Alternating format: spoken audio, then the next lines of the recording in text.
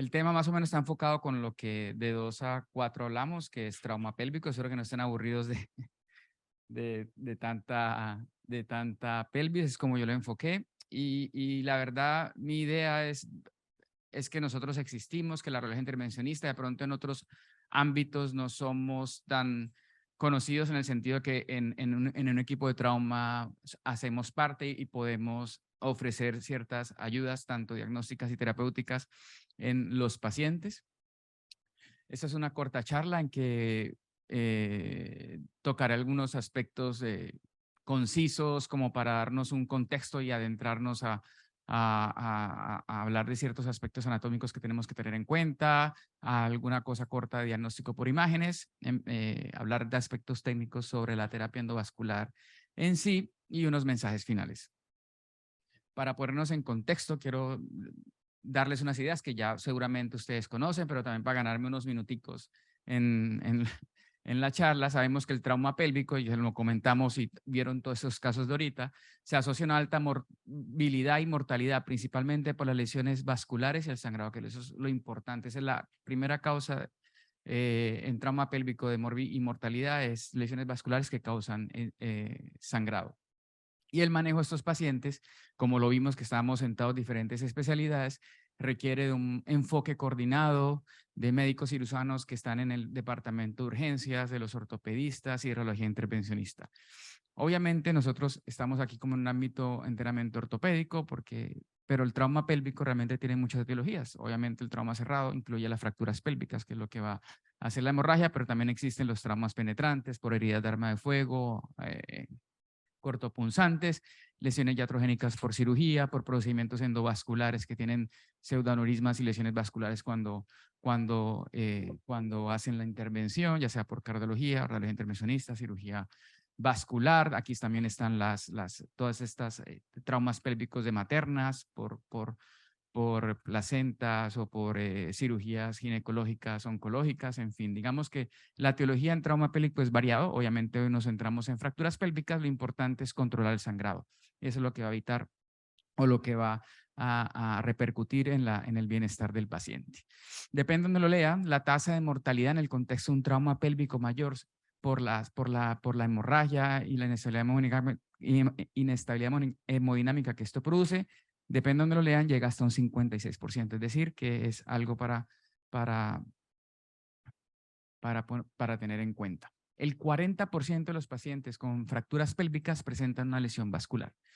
Y la hemorragia secundaria, como ya les he recalcado, es la principal causa de mortalidad. El sangrado en un trauma pélvico mayor con fracturas, el sangrado generalmente el 80 al 90% es venoso o del hueso expuesto, del hueso esponjoso expuesto, pero también puede ser de los tejidos macerados, en fin. Y un 10 a un 20% se dicen que son de origen arterial, que es el que realmente sangra rápido y va a matar al paciente de forma más rápida.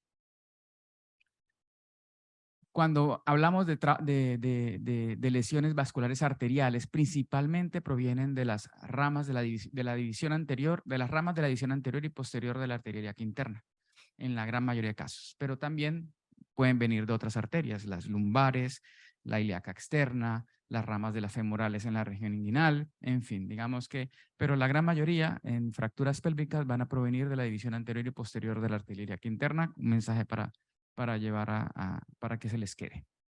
Y el espectro de la lesión arterial, uno está pensando siempre en el sangrado por disrupción o transección de la arteria, pero también hay otro aspecto de las lesiones arteriales, como lo vimos en el caso que mostraron, disecciones, trombosis, fístulas arteriovenosas, en fin, digamos que el espectro de lesión arterial que va a causar morbilidad y mortalidad a los pacientes es amplio.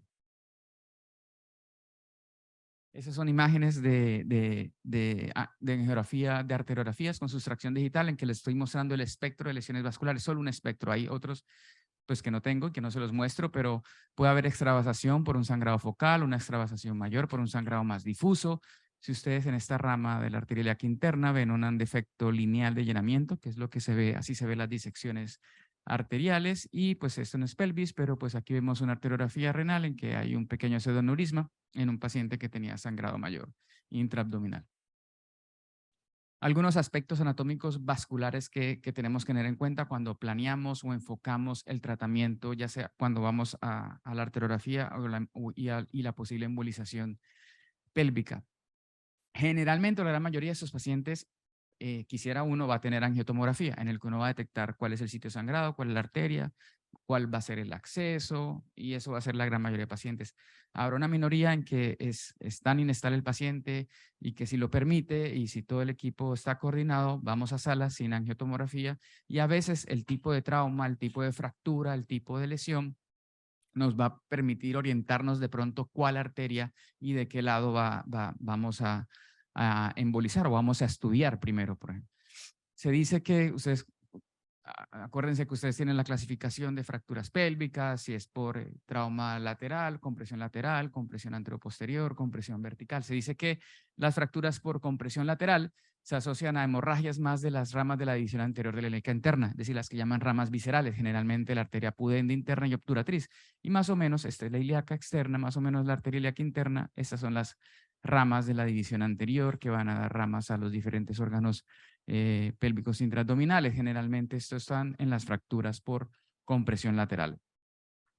Cuando hablamos de fracturas por compresión anterior, que vimos en esos ejemplos de la diastasis de la sínfisis púbica, de la diastasis de la sacroiliaca, en que uno piensa fracturas por compresión anterior, se dicen que la hemorragia generalmente son por ramas de la división posterior. Entonces uno, en principio, podría ir a buscar en primera instancia los focos de sangrado dependientes de la arteria glútea superior o la sacra lateral. En cuanto a diagnóstico por imágenes, no les voy a hablar mucho de la ecografía rápida, el ECOFAST que todos conocen, porque finalmente la tomografía computarizada o la angiotomografía es el método de elección en estos traumas pélvicos mayores, porque es la que va a tener mayor rendimiento diagnóstico en la detección del sangrado activo, especialmente en pacientes estables. ¿Qué más debemos los radiólogos decir en el AngioTAC? Además de caracterizar las fracturas, pues que los ortopedistas saben igual caracterizarlas, nosotros estamos para detectar las cosas pequeñas que se les puede pasar a ellos, las lesiones vasculares y lesiones asociadas a otros órganos, geniturinario, por ejemplo, vejiga, uretra, que son órganos importantes para tener en cuenta luego cuando hagan el control de daños primario, pues para pensar luego en cómo tratar esas cosas. El protocolo de una angiotomografía, porque muchos van a estar involucrados, va a requerir varias fases. Una fase simple, una fase post-contraste, en el que haya una fase más temprana arterial y una más tardía venosa. ¿Por qué la simple? Porque a veces vemos cosas densas que realmente no es sangrado, sino que ya estaban en el simple, era una calcificación, era una cosa anterior. Entonces, en el protocolo de una tomografía con contraste o angiotomografía, en el contexto de trauma, requiere una fase simple, que no se les olvide. Aquí tenemos un ejemplo. Aquí tenemos un paciente con trauma, todo esto es un gran hematoma en los tejidos blandos y vemos que adyacente a la rama iliopúbica hay un pequeño foco hiperdenso que en el hematoma empieza como a coleccionarse más, porque el sangrado se va haciendo más. Entonces, eso es un ejemplo de un sangrado arterial activo por fracturas pélvicas. A veces, como les decíamos, uno siempre está pensando en la hemorragia, en la extravasación, pero muchas veces no es así. Y han habido estudios en que ver hematomas pélvicos sin signos de extravasación y que el hematoma pélvico, hacer las medidas, ahora tenemos tomografía en todos los reconstrucciones y podemos hacer medidas y hacer acercamientos a cuánto es el volumen. Se dice que sin ver extravasaciones claras o francas, si el hematoma pélvico es mayor a 600 centímetros cúbicos, podemos sugerir en el contexto adecuado del paciente que ahí podemos ir a embolizar o buscar qué arteria está ahí, podemos embolizar empíricamente porque puede estar causando la inestabilidad de ese paciente. En cuanto al manejo, ¿dónde estamos nosotros? Entonces, recuerden, manejo de trauma pélvico mayor, muchas personas, muchos especialistas, muchos trabajadores de la salud involucrados. Empezamos por la resucitación, el tratamiento conservador en las fracturas pues, que lo permitan, cirugía, empaquetamiento pélvico, los dispositivos de fijación externa que mencionaron, el REBOA, que es algo que se escribe en la literatura, que es un catéter balón que se pone a ciegas, digamos, por punción arterial en urgencias y inflan un balón para simplemente tener el flujo de la aorta hacia abajo. Y arteriografía embolización, que es donde estoy yo, donde estamos nosotros, la radiología intervencionista.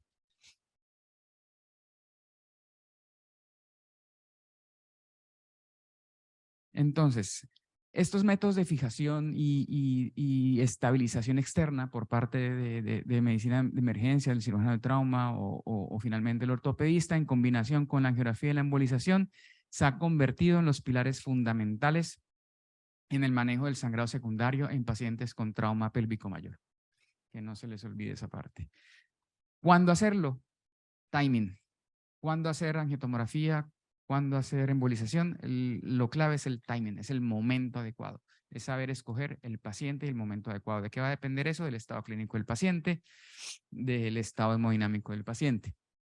Recordemos que cualquier retraso en llevar a este paciente a embolizar se ha asociado con pobres resultados posteriores y el incremento de la mortalidad intrahospitalaria. Depende de donde lo lean los diferentes artículos, cerca del 80% de las muertes relacionadas en trauma pélvico mayor por sangrado son relacionadas a un retraso de la embolización o a un retraso en el control temprano de la hemorragia. Desde el punto de vista de terapia endovascular o de tratamiento endovascular, ¿cuáles son las indicaciones ideales para que un paciente vaya a arteriografía y embolización? ¿Cuáles son? Generalmente, en las últimas guías de la Sociedad de Radiología Intervencionista de Trauma, que las recoge en este artículo del 2020, más o menos las centran en dos grandes grupos. Son los pacientes hemodinámicamente inestables, a quienes ya se les ha descartado que el sangrado es de la pelvis, ya han descartado que no viene del abdomen, ya han descartado que no viene del tórax. Son pacientes con fracturas pélvicas hemodinámicamente inestables y que se les ha descartado sangrado en otra parte. Esos pacientes son los ideales para ir a angiotomografía, arteriografía y posible embolización. Y que en estos pacientes, en tomografía, en estos pacientes que están inestables, que se les llama angiotomografía, tengan los signos angiotomográficos o de arteriografía de sangrado activo. El problema es que no hay un consenso sobre cuando tenemos lesiones vasculares, signos de sangrado activo, pero el paciente está estable. Sobre esto no hay consenso. Embolizar, no embolizar. Bueno, cada paciente se individualizará, pero digamos que no hay un consenso establecido en qué hacer con estos pacientes. Esto está recogido en el 2020, pero si uno va a artículos más viejos, incluían también cómo embolizar o llevar a salas a pacientes geriátricos mayores de 60 años, independiente de su estado hemodinámico, pero pues ya en las últimas guías no está eso, pero sí se había comentado en artículos más viejos, se comentaba eso. Con respecto al aspecto técnico, cómo realizamos la arteriografía y cómo realizamos la embolización endovascular. Entonces, primero, obviamente, tenemos que acceder por vía arterial, ya sea femoral, que la gran mayoría la hacemos femoral, pero habrá pacientes que no podemos entrar por acceso, por obesidad, por los elementos de monitoría externa, por abrasión de los tejidos blandos, por diferentes aspectos, podemos entrar por vía braquial o por vía radial. Generalmente, primero estudiamos antes de embolizar con una ortograma y una angiografía selectiva para el riñón, para el hígado, para el vaso, para la aorta, las arterias lumbares, para las hipogástricas, ilíacas externas. Entonces, primero tenemos que ver lo que vamos a embolizar. Luego les voy a hablar algo sobre unos conceptos que tienen que tener claro. ¿Cuándo es embolización selectiva? ¿Cuándo lo usamos? No selectiva, empírica. Y pues ya unos conceptos muy corticos sobre qué tipo de material de embolización usamos. ¿Qué es la embolización selectiva? Si tenemos el sangrado ya detectado, la embolización selectiva es, no selectiva es cuando viajamos por la arteria ilíaca y el extremo del catéter se queda en la ilíaca interna y tiene muchos múltiples focos de sangrado que pues uno va a perder tiempo dependiendo del estado del paciente embolizando cada rama. Entonces a partir de aquí pues inyectamos el material de embolización uni o contralateral, depende pues del cada paciente. Esa es la embolización no selectiva. La embolización selectiva es cuando estamos aquí, nos ponemos en la ilíaca interna o en la hipogástrica y por dentro con un microcatéter pues vamos al sitio de sangrado, generalmente más para lesiones, para pocas lesiones, en que el paciente también permita que podamos hacer eso, porque también eso depende de eso. Generalmente la embolización no selectiva, que la que les dije que son pacientes por de pronto que tengan muchos focos de sangrado, el paciente está inestable, no podemos perder tiempo de buscar arteria por arteria, nos paramos en esta posición e inyectamos material de embolización. No nos asustemos porque la extensa colateralidad pélvica va a minimizar el riesgo de infartos significativos o de impotencia por la embolización, porque generalmente el material embólico de preferencia es un material no permanente en el que los vasos en principio se revascularizan entre 7 y 14 días. La embolización selectiva, la que le dije, es que es llegar hasta el extremo más distal que uno pueda, cerca al sitio de sangrado. Generalmente consume mayor tiempo, se requieren más habilidades y las dejamos cuando tenemos pocas lesiones y la estabilidad hemodinámica del paciente lo permite. ¿Qué es embolización empírica? Es muy discutible, pero a veces el paciente tenía inestabilidad, no tenía sangrados en otros lados, es de la pelvis, había un hematoma grande en la pelvis que uno dice, de ahí es, pero no vemos ningún signo de sangrado. ¿Por qué puede ser? Porque el vaso tiene vasoespasmo en ese momento, porque no tiene sangre para que se extravase y se vea, o por alguna otra razón. Ahí es cuando podemos discutir, inyectar en ese lado donde estaba el hematoma. Y eso se le llama embolización empírica.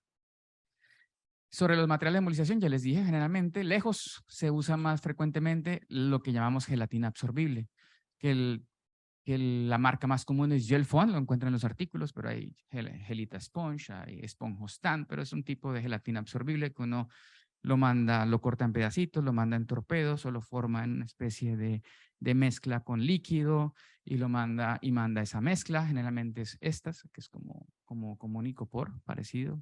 Uno lo pone en agüita, que generalmente es contraste, y lo envía. Ese es un material hemostático no permanente, transitorio. Y lo otro son coils, que generalmente son espirales metálicos que utilizamos para embolizar ya como segmentos arteriales más distales. En algunas ocasiones podemos usar partículas o micropartículas, pero estos son materiales de embolización permanente, es decir, la isquemia en el sitio donde se va es más permanente. Podemos usar stents o cualquier otro dispositivo, pero generalmente lejos en trauma pélvico utilizamos material embólico no permanente, que es la gelatina absorbible, y espirales metálicos de embolización, que conocen como coils. Ese es un ejemplo.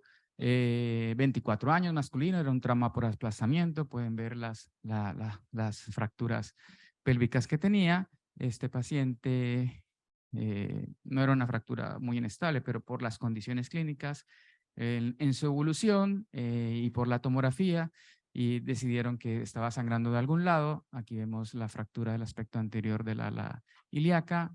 Quiero recalcarles en el examen simple cómo el músculo ilíaco tiene mayor volumen, y en la reconstrucción coronal de esta tomografía con contraste o angiotomografía se puede detectar de pronto algunos tenues focos de opacificación. Entonces aquí estamos, digamos, juntando el rompecabezas. Inestabilidad, sospecha que es de la pelvis, tenemos un gran hematoma y sospechamos de que hay algo de extravasación del contraste por sangrado activo. Por la localización, que era un músculo pélvico, ¿se recuerdan que les dije que uno siempre busca las hipogástricas primero? Pero en este caso, porque el hematoma era del músculo ilíaco, pues buscamos ramas de la ilíaca externa, que realmente era la circunfleja ilíaca. No vimos realmente un foco de sangrado activo, se inyectó con gelatina absorbible y pues casi inmediato, el otro día, el paciente mejoró. Embolización empírica. Este otro caso, no tan agradable, porque pues finalmente falleció, era 26 años, masculino, politrauma, caída a gran altura.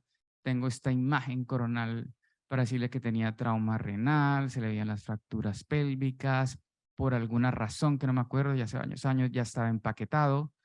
Aquí vemos ese material denso que utilizan, que están las compresas de empaquetamiento. Ese fue el ejemplo del sangrado activo que tenía pélvico, y por su inestabilidad, pues se decidió embolizar. Tenía muchos sitios para investigar. Tenía que investigar el hígado, tenía que investigar el vaso, tenía que investigar el riñón. El paciente no estaba bien. Pero pues en ese momento pues permitía hacer todas las investigaciones. Miramos que en el riñón tenía un pseudoaneurisma. Cuando estábamos más cerca, había extravasación por sangrado activo que se manejó con un stent. Es decir, un stent que tenía cubierta para excluir, digamos, el pseudoaneurisma, esa parte bien. La arteriografía, pues investigó hígado, vaso. La arteriografía pélvica, esta es la arteriografía con sustracción digital del lado izquierdo, un foco, otro foco, y seguramente habían más que en ese momento no se detectaban. Aquí había otro foco de extravasación por sangrados focales. En el lado contralateral, en el lado derecho, había otro foco, es decir, tenía múltiples focos de sangrado activo este paciente. Y Bueno, este paciente, no quedó la foto, pero este paciente se embolizó con gelatina absorbible y en algunas ramas se puso coils. Pues su evolución fue mala. Finalmente terminó con la muerte de este paciente. Los resultados de la terapia endovascular se dice que es relativamente buenos, tiene un éxito terapéutico entre el 81 y el 95%. Lina lo preguntó, entre un 5 y 25% pueden requerir otra embolización por muchos factores, porque no los detectamos al principio, porque eran múltiples lesiones. Se describe que en las diastasis grandes de la sínfisis púbica es un factor de riesgo y la mortalidad después de la embolización, más que todo relacionada con las condiciones concomitantes, se reporta entre un 13 y 47%. Como mensajes finales para llevar a casa, te recordemos que obviamente las fracturas pélvicas, la causa de mortalidad del trauma pélvico mayor es la hemorragia secundaria o lesión vascular, que nosotros existimos, que es una herramienta que pueden manejar, que pueden utilizar en el algoritmo, en el enfoque de estos pacientes, que la embolización temprana en pacientes con trauma pélvico mayor es una medida efectiva en el control del sangrado, ya sean pacientes estables o inestables, y que requiere esto, una coordinación entre todos para que seleccionemos el paciente adecuado, que le podamos detener el sangrado de forma temprana. Muchas gracias.